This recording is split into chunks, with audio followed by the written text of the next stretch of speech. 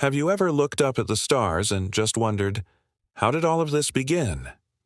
The earth beneath our feet, the vast oceans, every single heartbeat and breath we take, none of it is an accident. It's part of a story that's bigger than all of us. Before there was light, before there was sound, even before time itself existed, there was God. And in just 6 incredible days, He spoke everything we know into existence. Let's travel back to the very beginning. The Bible tells us that the earth was formless and empty, and darkness covered the deep waters.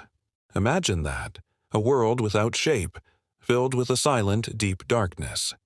But then, God spoke. His first words echoed through the void. "Let there be light." And just like that, light burst forth, chasing the darkness away. The very first sunrise painted the cosmos. On that first day, God separated the light from the darkness, creating the rhythm of day and night that still guides our lives today. On the second day, the work continued. God created the sky, a vast expanse that separated the waters above from the waters below. It's the same blue canopy we look up at every day, a constant reminder of His grand design. Then came the third day. God gathered the seas into their places, allowing dry land to appear. But He didn't leave it bare.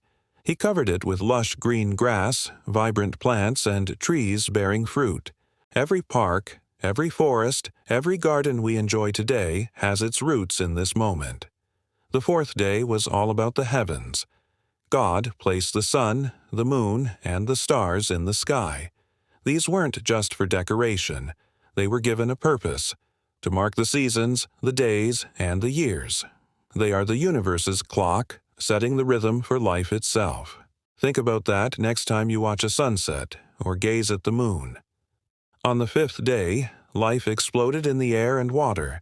God filled the skies with every kind of bird and filled the seas with creatures of all shapes and sizes, from the tiniest minnow to the mighty whale. The world was teeming with movement and sound, a symphony of life conducted by its Creator. Then came the sixth day, the grand finale of creation. God made all the animals that walk on land, and finally He created His masterpiece, humanity. He said, "Let us make man in our image."